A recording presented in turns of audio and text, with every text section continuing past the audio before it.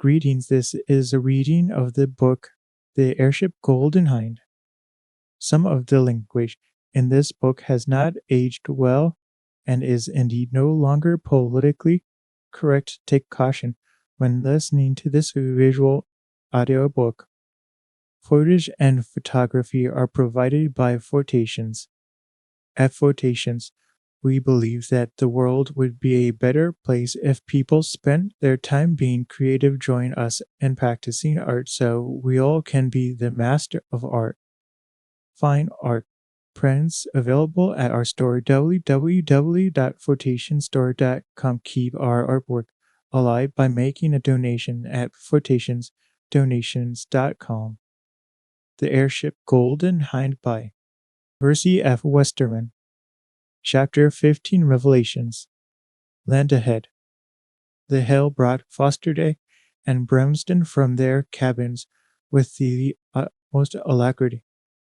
They had not expected to sight Australia for another hour and a half, and now there was certainly land far away to the eastward. During the last 3 hours, the clear sky had given place to a thick bank of dark clouds. Observations to determine the Golden Hind's position were therefore out of the question.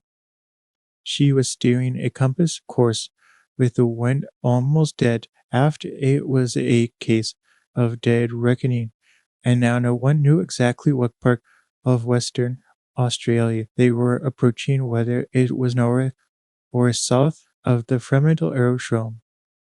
"We'll do it before dark," declared Fosterday confidently. He had hardly spoken when Murgatroyd's head and shoulders appeared through the hatchway of the navigation room. "We're on the last few gallons of petrol, sir," he reported. "I've me doubts if the engines'll run another 10 minutes. They're slowing down now," he added. "Switch off all but numbers 1 and 2 motors," ordered the baronet.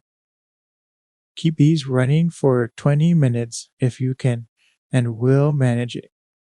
But before the chief engineer could regain the forward motor room, the 6 aerial propellers were motionless. The Golden Hind no longer drove through the air, but simply drifted broadside onto the strong breeze. Just as the sun sank in the Indian Ocean, the airship crossed the coastline. 10 miles to the north could be discerned Perth and Fremantle. 10 miles that, as far as the Golden Hind was concerned, might have been 1,000. Done with her, ordered Fosterdyke. "Stand by with both grapnels. We'll have to trust to luck to find a good anchoring ground." It was not until the airship had passed over the railway running southward from Perth to Busselton that Kenyon noted a hill that might afford shelter from the strong wind. Rapidly, several thousand cubic feet of brodium were exhausted from the balance, with the result that the Golden Hind dropped to within 100 feet of the ground. There was just sufficient twilight to make out the nature of the landing place. It was a wide belt of grassland, dotted here and there with small trees. Hedges there were none. "There are a couple of men on horseback," Sir reported Frampton. "Good," replied Fosterdyke. "Let go both grapnels. See how she takes that." Both of the stout barbed hooks engaged the moment they touched the ground. Even though the wire ropes were paid out in order to reduce the strain, the jerk was severe. Round swung the giant airship, head to wind, but still she dragged. The grapnels had caught in a wire fence, and having uprooted half a dozen posts, were doing their level best to remove a 5-mile sheep fence. Up galloped the 2 farmers. The uprooting of their boundary fence hardly troubled them. The arrival of the airship, the first they had ever seen, occupied all their attention. "Made fast for us, please," hailed Fosterdyke, having ordered another rope to be lowered. "Right-o," was the reply. "We'll fix you up."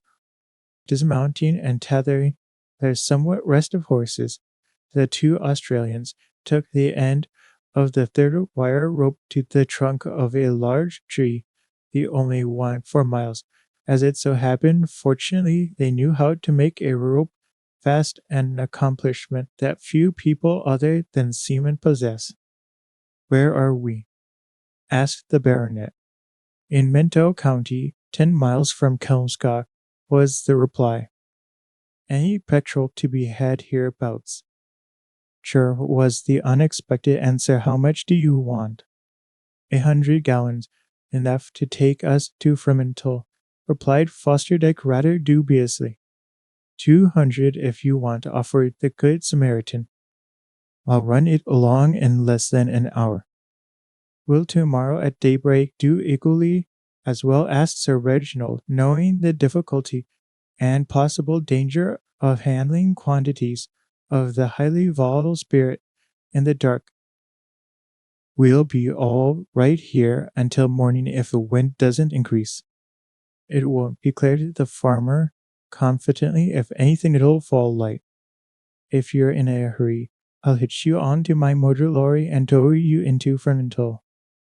Fosterdyke thanked him and begged to be excused on the score that he was obliged by the terms of the race to make a flight without outside assistance in the matter of propulsion. The two Australians, declining an invitation to go on board the airship, rode away in the darkness. As the farmer had predicted, the wind fell away to a day calm, so the airship was able to rest upon the ground, but ready, should the breeze spring up, to ascend to 100 feet and ride it out until the promised petrol was forthcoming. "Now for our first dinner on or over Australian soil," exclaimed Fosterdyke. "By Jove, I'm hungry. What's going?" He scanned the menu card. The cooks on the airship were good men at their work, and dinner, whenever circumstances permitted, was rather a formal affair. "Below," exclaimed Peter. "Covers laid for 4 at—" "Yes," replied the baronet. "I'm expecting a guest. Here he is. Let me introduce you to my friend, Murtrafuses." Kenyon and Bramston could hardly conceal their astonishment, for standing just inside the doorway, immaculately dressed in well-cut clothes, was the man they had hitherto known as Otto Freising, the fellow who had attempted to shoot Fosterdyke at Alexandria. "Secret Service," explained the baronet. "Had to keep the affair dark, even from you two fellows." "You certainly did us in the eye," said Peter. "No more than I did see yours," rejoined Trefusis. "I had a rotten time cooped up with that bird, but it was worth it." "So you succeeded?" asked Fosterdyke. Trefusis nodded. "Wouldn't be here if I hadn't," he remarked. "It took me some time to get the right side of Sir Enrico, but I managed it.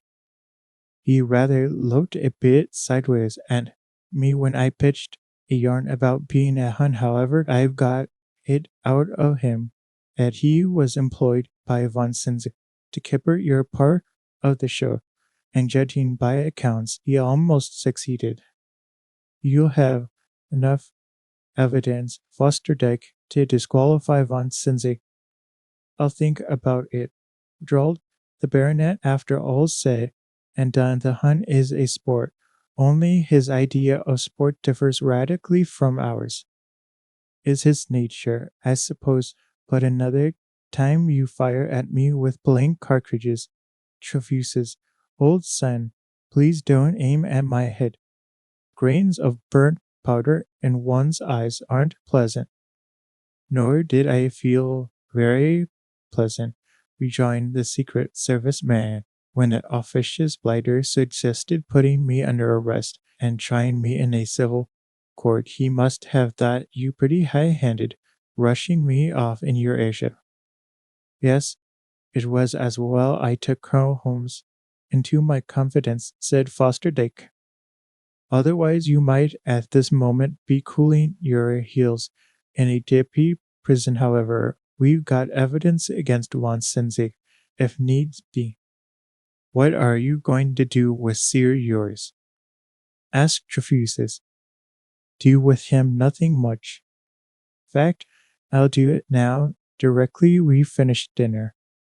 The meal over, Fosterdike ordered Enrico yours to be brought in. The look on the miscreant's features was positively astounding when he found his former companion in captivity revealed in his true colors. Now, Enrico yours, began Fosterdike without further preliminaries. You understand English, in spite of your previous denial. Read that. If you agree to it, you are a free man the moment you sign the statement. At the promise of liberty, Enrico plucked up courage. He had a wholesome respect for the work of an Englishman. The document was in the form of a confession, stating that Enrico yours had agreed, for a certain sum promised by Count Karl von Sinzig, to hinder, either by crippling or destroying the Golden Hind, Sir Reginald Fosterdike's attempt to fly round the world. A sign, said Enrico. He wrote his name. Kenny and Trefusis witnessed the signature. The baronet folded the document and placed it in his pocket. Now you can go, he said. But how am I to return to Gibraltar? Asked yours. That's your affair, replied Fosterdike sternly. You ought to be thankful you're still alive. Now go. At the first sign of dawn, the Australian farmer, true to his word, arrived with a large motor lorry piled with filled petrol cans. He was not alone. The seemingly sparsely populated district now teemed with people. Hundreds must have seen the Golden Hind pass overhead the previous evening, but how they discovered the airship's temporary anchorage was a mystery. There were townsmen in motor cars, sturdy farmers on motorcycles, wardens and carts, backwoodsmen on bicycles and on foot. Even the sundowner class were represented. The Golden Hind had just completed her preparations for flying back to Fremantle Aerodrome when a motorcyclist rode up and handed Fosterdike a telegram. It was fortunate we didn't make Fremantle last night, observed the Baron, handing the message to Kenyon and Bramston. The aerodrome was destroyed by fire at 1 o'clock this morning.